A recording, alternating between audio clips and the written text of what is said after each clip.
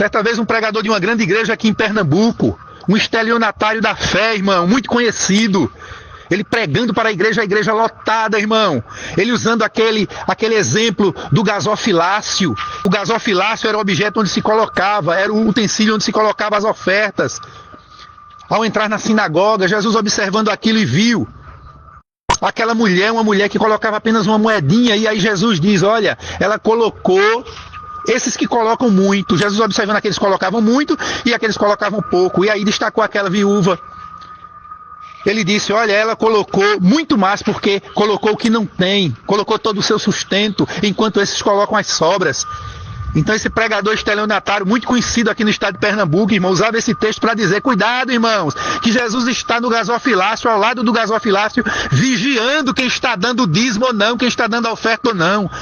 Veja que ensinamento hipócrita, irmãos, que heresia terrível. Você não vai encontrar no Novo Testamento, em momento nenhum, irmãos, Jesus, o apóstolo Paulo, os apóstolos, os pais da igreja, ensinando, cobrando ou exigindo dízimo. Você não vai encontrar. Esses pastores desonestos, estelionatários da fé, pregadores estelionatários, enganadores, roubadores, eles usam textos isolados, como o texto de Malaquias lá no Antigo Testamento, não roubar ao Senhor Deus, porque o gafanhoto, porque isso, porque aquilo, capítulo 3 de Malaquias, irmãos, não é para a igreja, irmãos, aquilo ali foi para o Antigo Testamento, porque os sacerdotes, a exemplo dos sacerdotes de hoje, dos pastores de hoje, estavam roubando o dízimo, e o dízimo naquela época não era dinheiro, era o produto da terra que era levado de ano em ano, irmãos, para o sustento do templo e dos levitas que não tinham herança no meio do povo de Israel. Tem nada a ver com a igreja. Eles usam o versículo de Mateus 23, capítulo 23 e 23, quando Jesus repreende os fariseus, os pastores da época, os hipócritas, os líderes da igreja, que estavam roubando as ofertas, o dízimo que o povo trazia para o sustento do templo e dos levitas. Eles estavam roubando para luxar, para viver regaladamente. Aí Jesus olha para eles, vê aquilo e diz assim, olha, vocês estão muito preocupados em arrecadar o dízimo, mas não estão preocupados com o principal, que é o amor, a fé, a misericórdia. Façam a arrecadação do dízimo, mas também não deixem de fazer essas coisas. Jesus poderia pegar qualquer tema, qualquer assunto ali. Ele pegou o assunto do dízimo porque ele estava vendo, e Jesus estava sob a lei. Naquela época, o dízimo era obrigatório.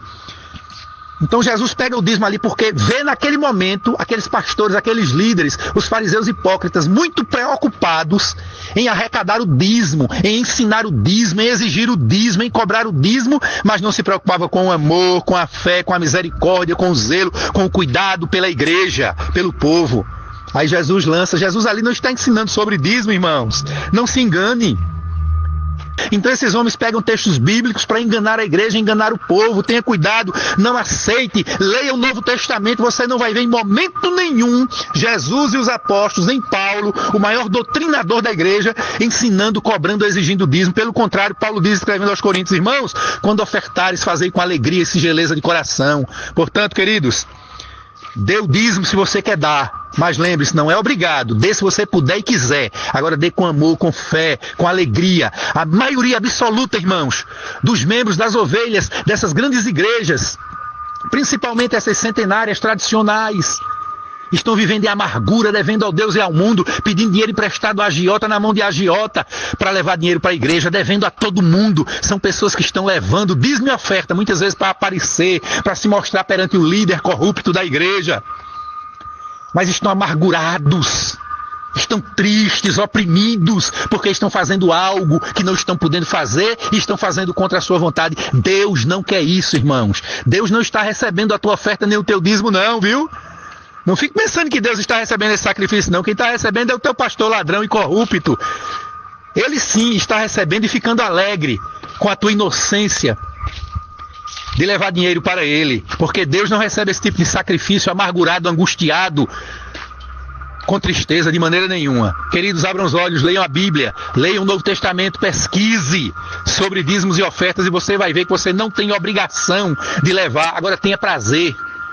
Porque, por outro lado, Deus observa a tua vida. Se tu és um avarento, tu tem condição de levar e não leva uma oferta, uma ajuda para o necessitado. Outra coisa, irmãos, pare de levar dinheiro e oferta para essas igrejas milionárias, onde os pastores são ricos, não prestam conta de jeito nenhum. Se o teu pastor, seja quem for o pastor, o líder, o presidente de igreja que não presta conta, ele está roubando, ele está desviando o dinheiro da igreja. Não dê oferta, não dê nada. Compre cesta básica, leve para os pobres, compre remédio. Observe aí na sua rua, na sua vizinhança, tem gente passando necessidade e você levando dinheiro para a igreja para sustentar os luxos do seu pastor, da esposa dele, das esposas, dos filhos e por aí vai. Pare com isso. Que Deus abençoe a todos em nome de Jesus.